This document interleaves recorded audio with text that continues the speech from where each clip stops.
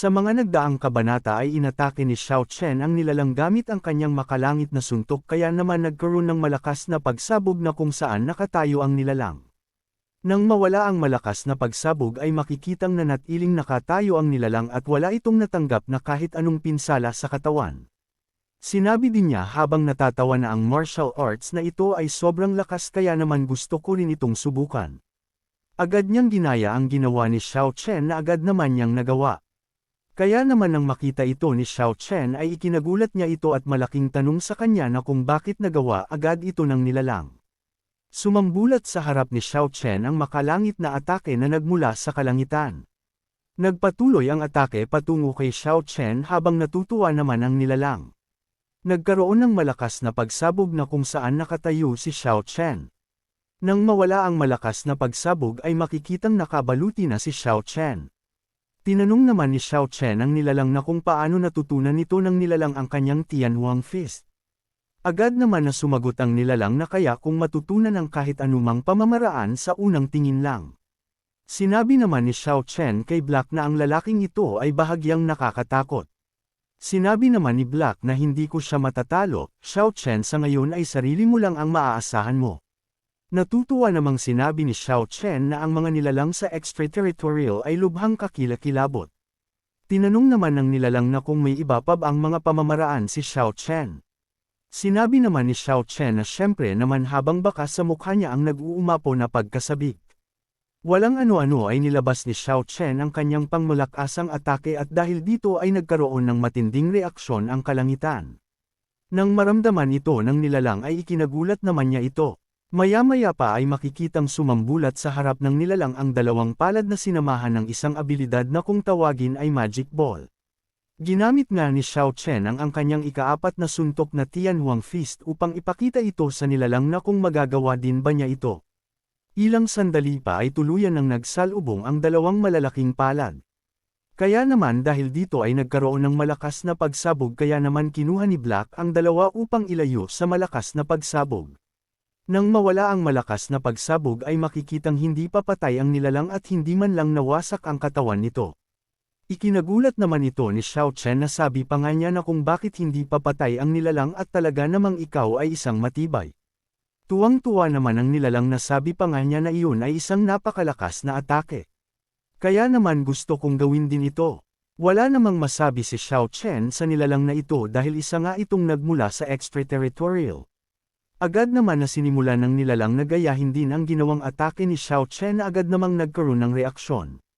At sumambulat sa harap ni Xiao Chen ang Tianhuang Fist na talaga namang nagawa din ito ng nilalang. Ilang sandali lang din ay tuluyan ng nagsalubong ang dalawang palad. At dahil dito ay nagkaroon na naman ng malakas na pagsabog na kung saan nakatayo si Xiao Chen. Sa lakas ng atake ay napahalik si Xiao Chen sa lupa at kung hindi dahil din sa kanyang baluti ay siguradong nawasak na ang kanyang katawan. Maya-maya pa ay dahan-dahan na siyang bumangon dito. Habang inaayos niya ang kanyang sarili ay sinabi niya na hindi mahalaga ang anumang kahulugan. Tuwang-tuwa naman ang nilalang na sabi pa nga niya na isa ka talagang napakalakas, mayroon ka pa bang mga pamamaraan. Sinabihan naman siya ni Xiao Chen na ayokong nakawin mo ulit ang aking mga pamamaraan. Matapos niyang magsalita ay agad siyang sumugod ng mabilis. At dahil dito ay madali niyang nahawakan ang dalawang kamay ng nilalang. Na ikinagulat naman ng nilalang dahil wala siyang ideya sa gagawin ni Xiao Chen. Naglabas naman si Xiao Chen ng kanyang aura at binali niya ang mga braso nito. At sinipa niya ang binti nito upang mawalan ito ng balanse. At sabay na hinawakan ang mukha nito ng may malakas na puwersa. Na dahilan upang bumagsak ito ng nauuna ang ulo subalit matibay talaga ang nilalang kaya naman hindi niya ito masugatan. Subalit plano pala ni Xiao Chen na gamitin ang isang abilidad na kung tawagin ay ang ikasyam na ranggo ng Prisoner God Heavenly Order. Napangiti na lamang si Xiao Chen dahil sa hindi inaasahan ay talagang gagamitin niya ang abilidad na ito. Nagkaroon ng matinding reaksyon na kung saan nagpapatuloy si Xiao Chen sa kanyang ginagawa at lumabas ang tila hugis lambat na pumapalibot sa nilalang. Habang ginagawa nga ni Xiao Chen ang abilidad ay naalala niya ito nung hindi pa siya namamatay, at ginamit nga ito sa kanya ng isang babae na hindi niya agad nagawang masira na kahit siya ay nasa antas na ng Supreme.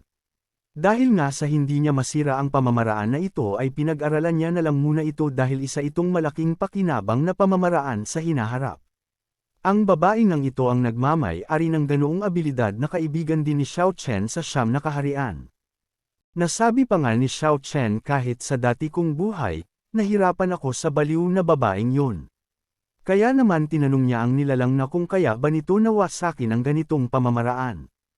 Hindi naman sumagot ang nilalang bagkus ay tinuwanan niya si Xiao Chen. Subalit binigyan siya ni Xiao Chen ng maraming suntok sa mukha upang hindi na ito makatawa pa. Nang matapos si Xiao Chen sa kanyang ginagawa ay makikitang nahimete na ang nilalang. At makikitang nagkaroon lang ito ng kaunting pinsala sa dami ng pinakawalang suntok ni Xiao Chen.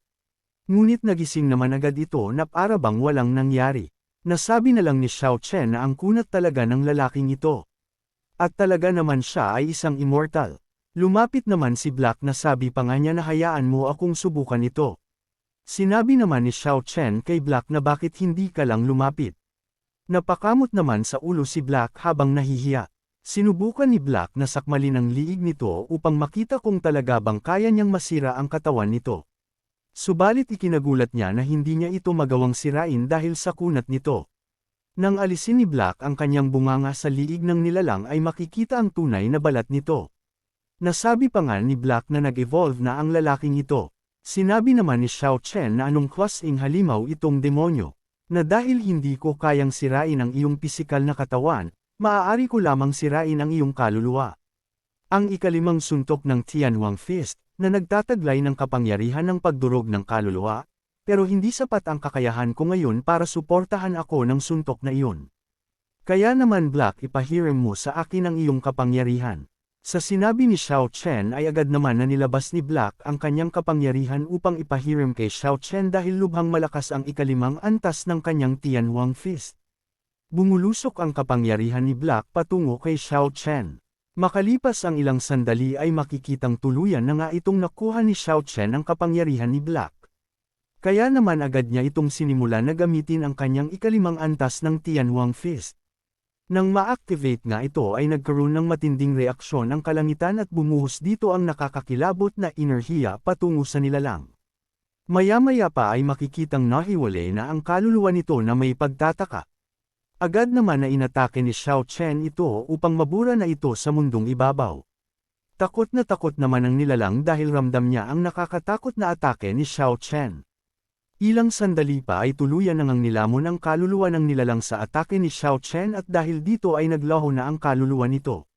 Sa lakas ng pinakawala ni Xiao Chen ay napinsala din siya dito dahil hindi pa kaya ng kanyang katawan na gamitin ang kanyang ikalimang antas ng Tianhuang Fist.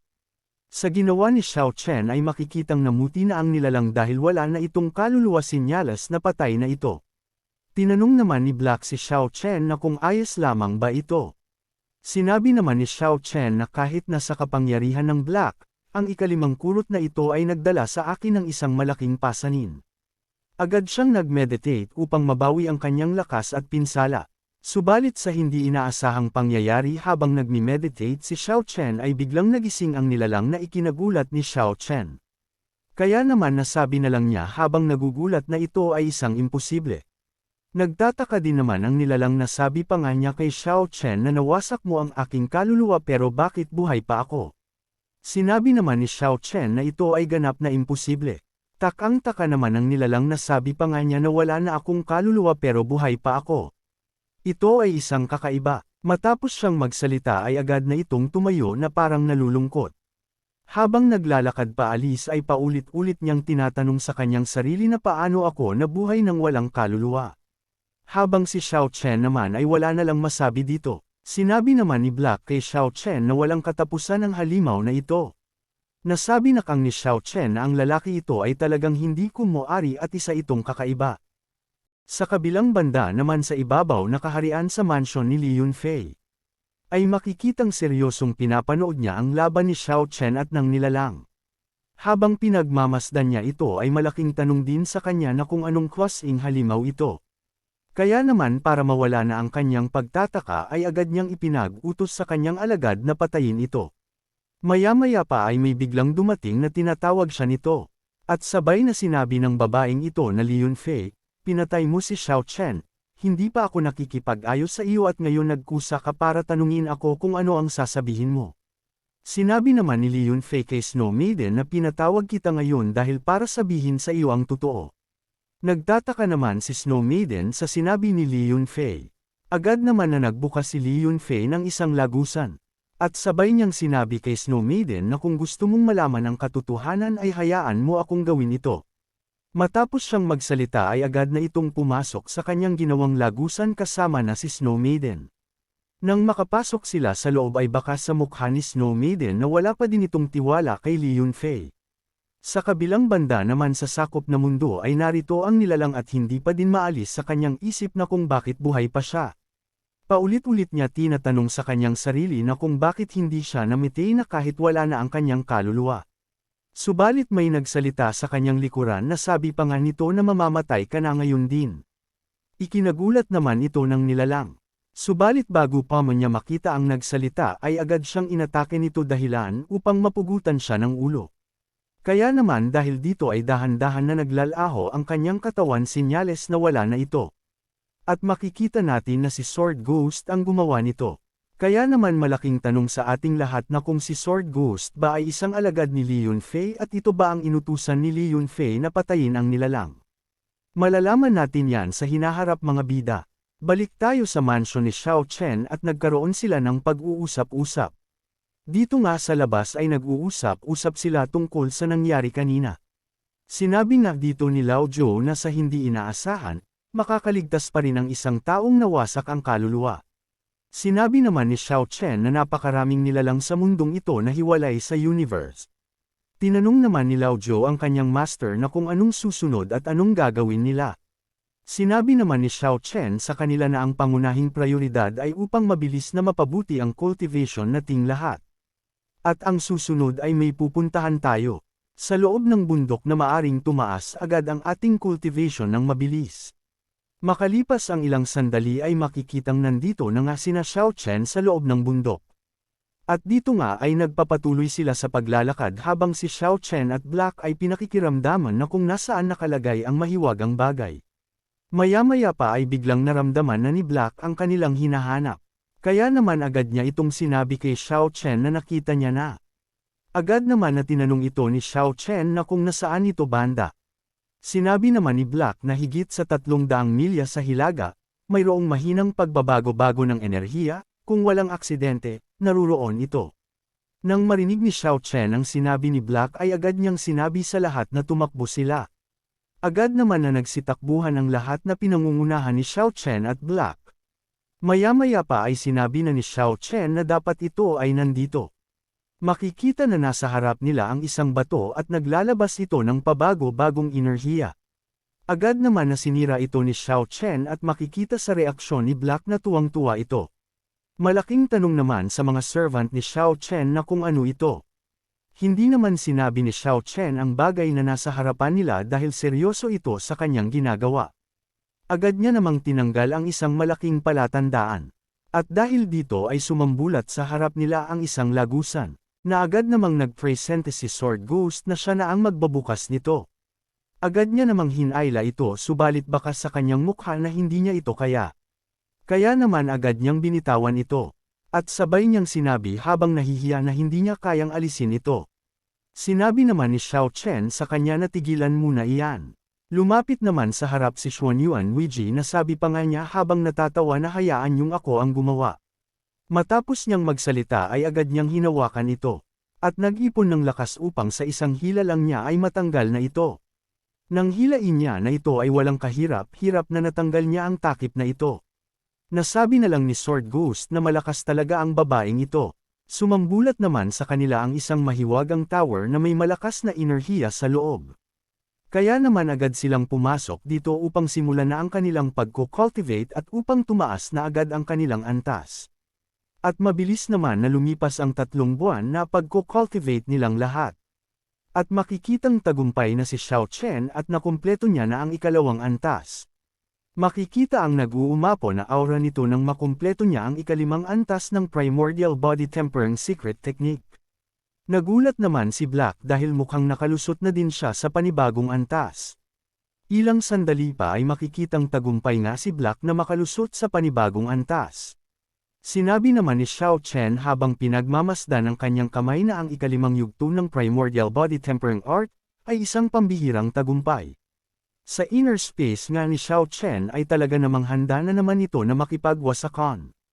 Dagdag pa ni Xiao Chen na ang ikalimang antas ng Primordial Body Tempering Art ay maihahambing sa cultivation base ng emperador na tumawid sa Ninefold Immortal Platform. Na kahit nasa ibabaw na kaharian ako ay kaya kong protektahan ang sarili ko. Napalingon naman si Xiao Chen sa kanyang kanang bahagi. At nang makita niya ito ay nasabi na lang niya na lahat ba sila ay na-promote sa ikasyam na antas ng katawan ng tao. Dahan-dahan naman na umatras ang mga ito nang tignan sila ni Xiao Chen. Tinanong naman ni Xiao Chen si Black na kung hanggang saan ang itinaas ng cultivation nito.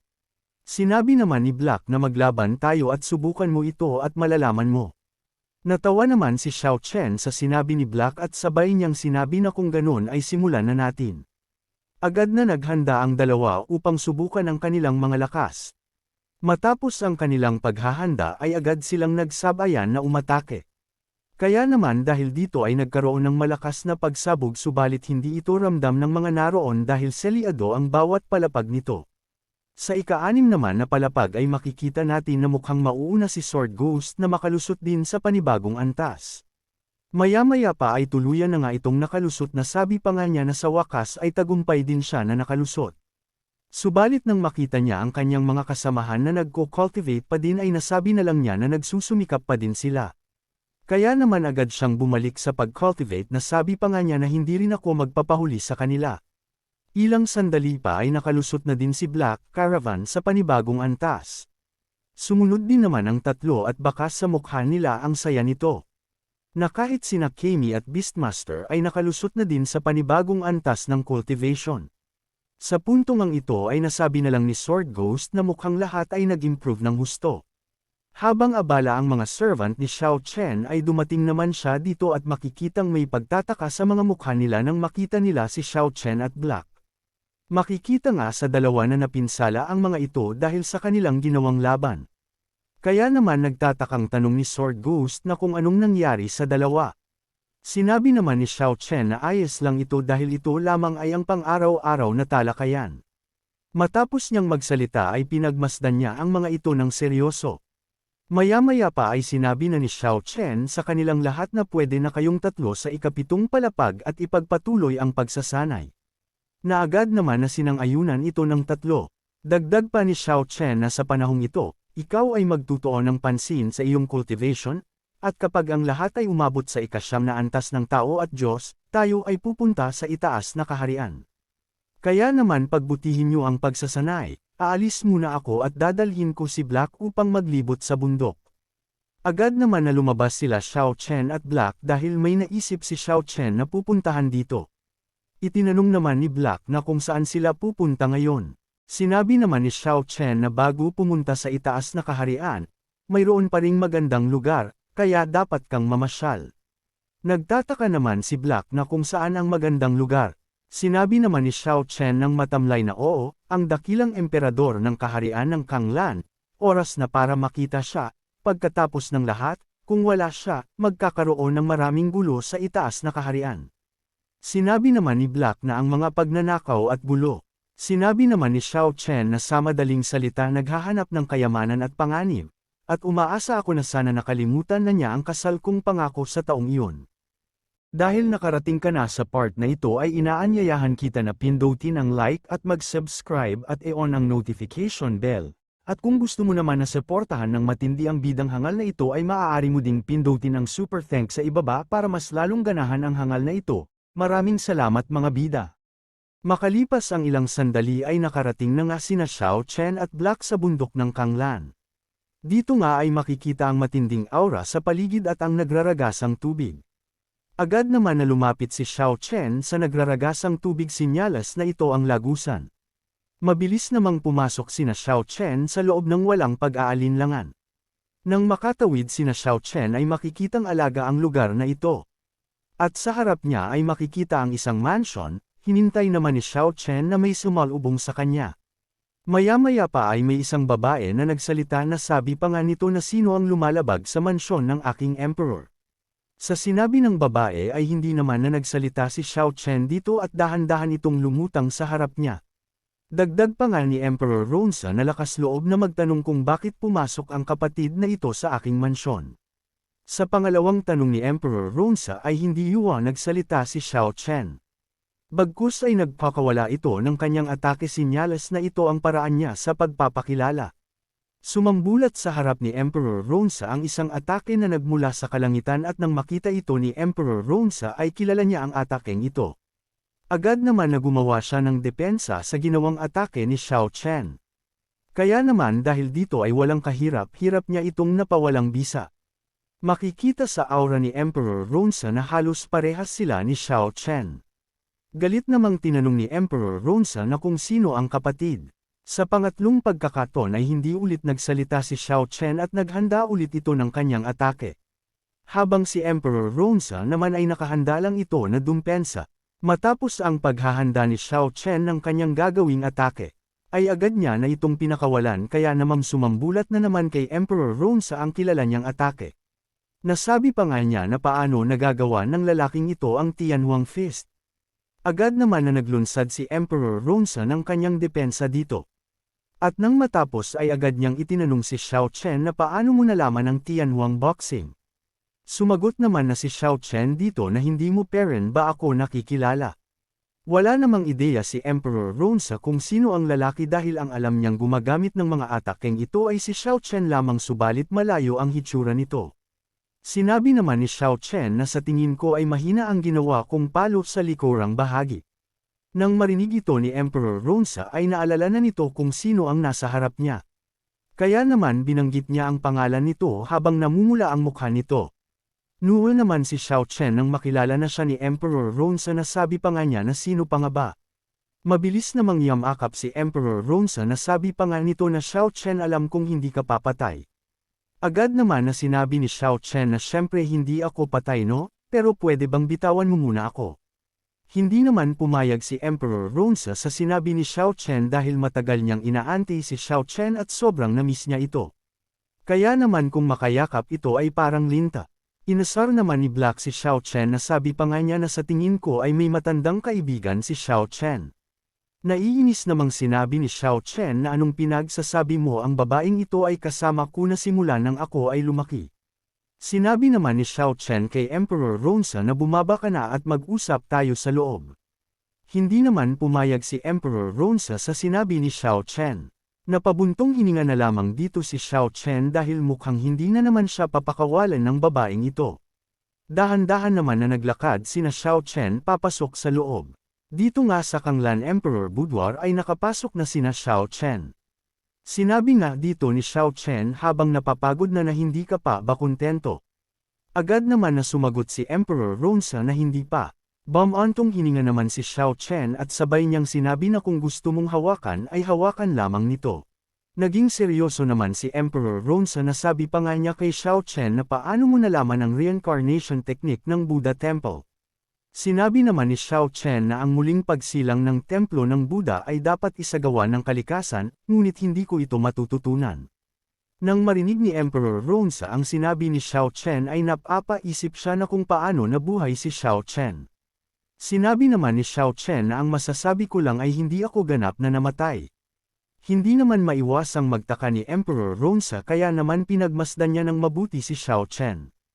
Maya-maya pa ay galit na sinabi ni Emperor Ronsa kay Xiao Chen na sige ngunit hindi ako ang unang nakaalam nito.